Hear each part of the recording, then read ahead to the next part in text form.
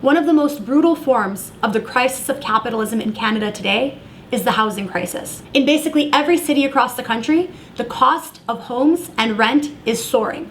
Tent cities are multiplying as more and more people have nowhere to live. Meanwhile, bourgeois politicians are telling us that immigrants are to blame. The Premier of Quebec literally said 100% of housing problems are linked to immigration. And Pierre Poilievre, the leader of the Conservative Party of Canada, has said similar things. Trudeau has actually reduced the number of international students allowed in the country because of the housing crisis. Normally, the Liberals pretend to love immigration to get votes from immigrants. So why are they repeating the same lies as the right wing? The reason all the capitalist parties are blaming immigration for this crisis is that none of them are capable of solving it. Actually, it's their system that is to blame for what's happening. So to take attention off of themselves, they direct the justified anger of millions of Canadians towards immigrants. So what are their arguments? It essentially boils down to the idea that more immigrants means more demand for housing, and more demand for housing will mean higher housing prices. But let's look at the facts. From 2005 to 2024, the population of Canada grew by 30%. During that same time, housing prices tripled. The numbers don't add up. Also, is it actually true that more demand automatically means higher prices? Increasing demand for housing would only lead to higher prices if supply of housing stays fixed. But a healthy society should be able to build new housing to keep up with demand. Not just according to the Marxists, but also bourgeois economists. When it comes to the housing crisis today, we're told that it's just basic economics that more immigrants means more demand means higher prices. But if you actually read a bourgeois economics textbook, when demand for a commodity goes up, this results in prices temporarily increasing for that commodity. This attracts investment, and so the capitalists produce more of that thing, bringing supply up in line with demand. Once supply has caught up with demand, equilibrium is restored and the prices go back to normal. And in this way, the bourgeois economists tell us, the magic invisible hand of the market solves everything. This is how it's supposed to work, they tell us. But when it comes to housing, supply is not keeping up with changes in demand. In 2023, population growth in Canada was the highest it's ever been since 1957, yet the number of housing starts actually fell relative to 2022 and 2021. If immigration means higher demand for housing, that's not what's causing prices to go up,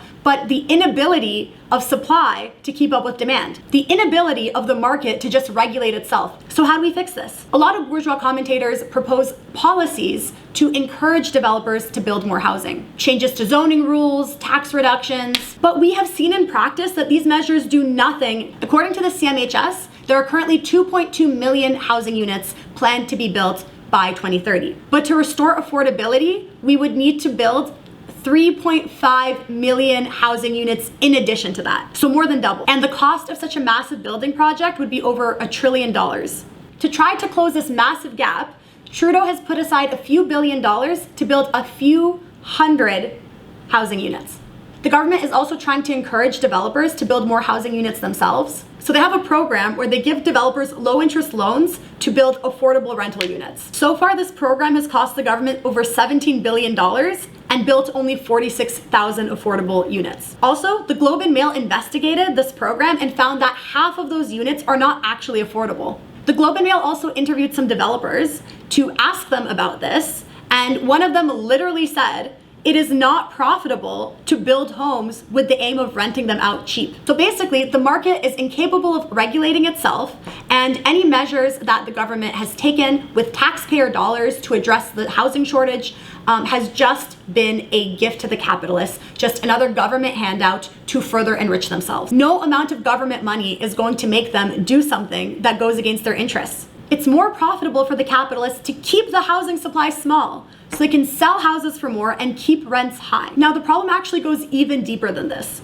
As we've explained elsewhere, Canadian capitalists are not really interested in investing in real production anymore. Over the last 20 years, investing in real estate has become much more attractive to them. As a result, a speculative bubble was created.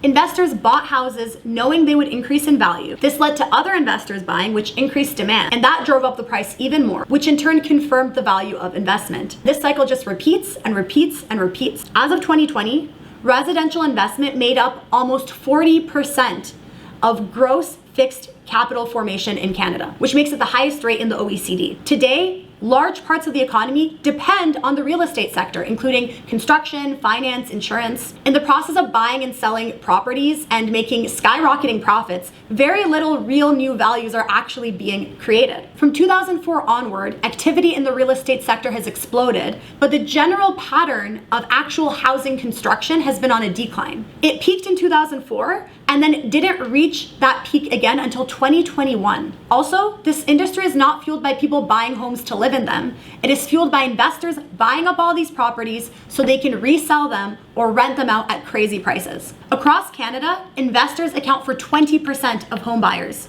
In Ontario, they're 30%, and in BC, there are 43% of home buyers. So to recap, the capitalists are the ones increasing demand for housing, buying up a significant portion of the housing supply, while also keeping the supply limited, hoarding homes so they can sell them and rent them back to us at crazy prices, and making huge profits. The Canadian economy is basically built on this right now. People are obviously mad, so the capitalists and their politicians are in a position where they have to say, we're mad too. This is ridiculous. Why are immigrants doing this to us? This is the reality of what's happening. So where do we go from here? Is there any chance of the prices coming down? What would happen if, for whatever reason, the price of housing were to significantly decrease? This huge real estate sector is based on a bubble caused by inflated prices. Some clear dynamic of price fall could burst the bubble. Investors would be encouraged to sell their properties before prices fall even further, and this would even further reduce prices, which sounds pretty good so far, except this would lead to a downturn in the real estate sector and further discourage developers from building new homes. And it is very likely that this would push the Canadian economy into a deep recession. At the same time, almost half of Canadians own their home. And today, 44% of household wealth in Canada is tied up in these homes. Families who bought a home at crazy prices with crazy high interest rates would overnight find themselves stuck with an unpayable mortgage on a basically worthless house. So basically, if the housing bubble doesn't burst, workers suffer. If it does burst, we will suffer in a different way. This is what we have to look forward to under capitalism. Immigration is not the problem, capitalism is. We have the means to build millions of homes. There's hundreds of billions of dollars sitting in corporate bank accounts. The only obstacle in our way, stopping us from putting all this wealth to productive use, is the profit motive and the absurdity of the market economy.